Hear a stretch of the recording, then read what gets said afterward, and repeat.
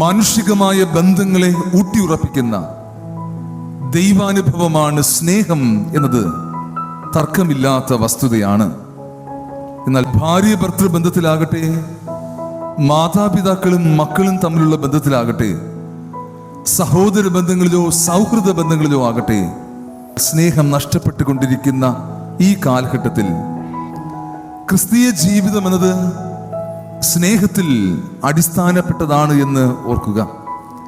ക്രിസ്തുവിൻ്റെ സ്നേഹം അറിയുകയും ക്രിസ്തുവിൻ്റെ സ്നേഹം അനുഭവിക്കുകയും ക്രിസ്തുവിനെ സ്നേഹിക്കുകയും ക്രിസ്തുവിൻ്റെ സ്നേഹം മറ്റുള്ളവർക്ക് പങ്കുവെക്കുകയും ചെയ്യുന്നതാണ് ക്രിസ്തീയ ജീവിതം.